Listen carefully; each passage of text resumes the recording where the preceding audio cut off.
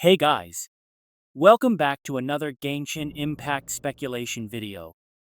I'm sure most of you have witnessed the spectacle of the version 5.1 Archon Quest, but if you haven't, consider this your spoiler warning.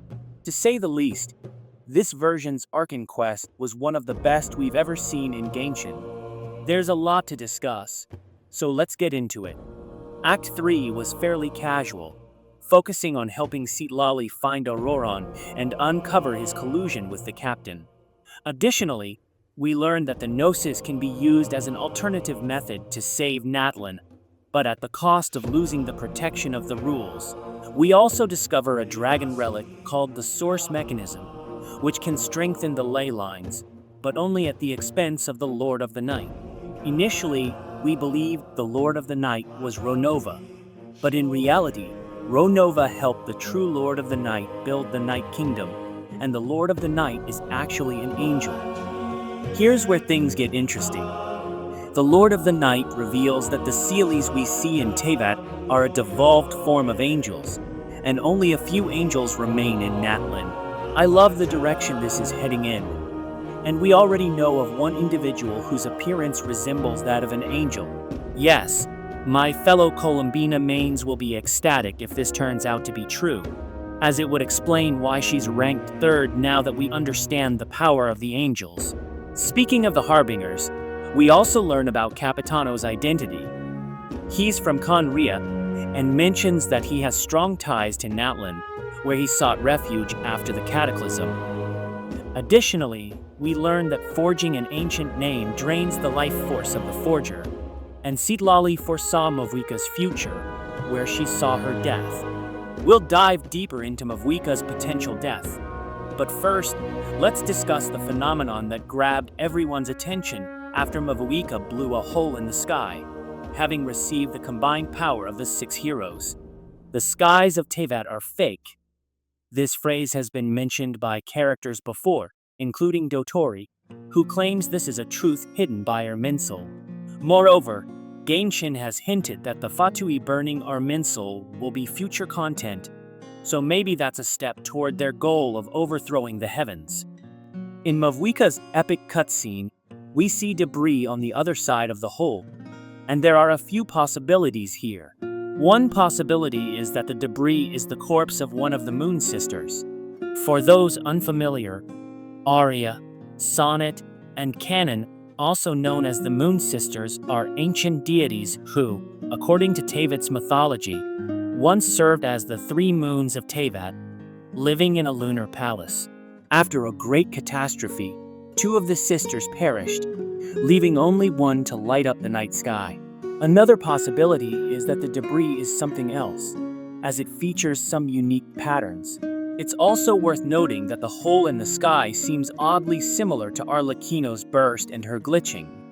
Furthermore, Mavuika mentions that this phenomenon isn't seen in other nations, and that she intends to investigate it further. Later, we see Mavuika walking down her lane of memories, and we overhear a conversation between xbalanque and ronova, where xbalanque reveals that he borrowed power from her. For more information on xbalanque's origins, check out the video about him linked on the screen. Moving on, Mavuika then asks the Traveler to join her in the final battle against the Abyss. However, she insists that the Traveler can only join if the ancient name is completed, otherwise she will go alone, knowing she must die. Here's where things get confusing.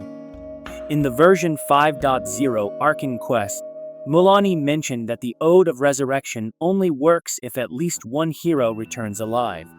So, the scenarios are as follows. Mavuika dies and the Traveler returns, or the Traveler dies, and Mavuika dies too, as we know her death is inevitable. In the latter scenario, the Traveler wouldn't be able to resurrect if Mavuika dies. However, I'm sure Mavuika has thought this through, so what isn't she telling us? When Citlali and Shalonin visited the Lord of the Night, she said the Traveler might influence the timing of the death, but not the outcome. Moreover, when Mavuika first met the Traveler, she mentioned that she'd heard the Traveler transcends fate. So, perhaps the Traveler can pull off some trick to delay Mavuika's death. Either that, or if Mavuika does die, she might be resurrected in a different form, as she has mentioned that heroes with ancient names are reborn. I don't think she'll be completely dead and unplayable, given how well written her character is. Additionally, at the end of the Archon Quest, Capitano visits the Lord of the Night and questions about Mavuika's death, where the Lord of the Night reveals that the ruler of death sent Capitano on his long journey, and Capitano then asks for the Lord of the Night's assistance. The whole exchange felt cryptic and reminded me of something. Do you remember what the Agnatus Agate says? Burnt to cinders for a dream.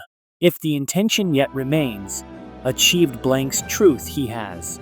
I initially speculated that the he might refer to the traveler, but now it seems more likely that the blank is actually Ronova. This makes sense, as the Lord of the Night previously mentioned that the Shades dislike being addressed by name, and he could be referring to Capitano.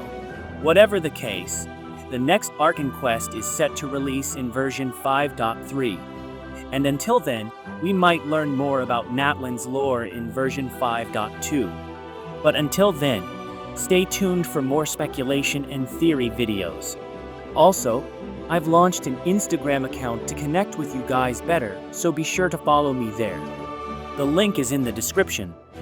And when I hit 100 subscribers, I'll be gifting 2 Welkin Moons to 2 random subscribers. To enter the giveaway, simply subscribe and comment below. Thanks for watching, and have a wonderful day.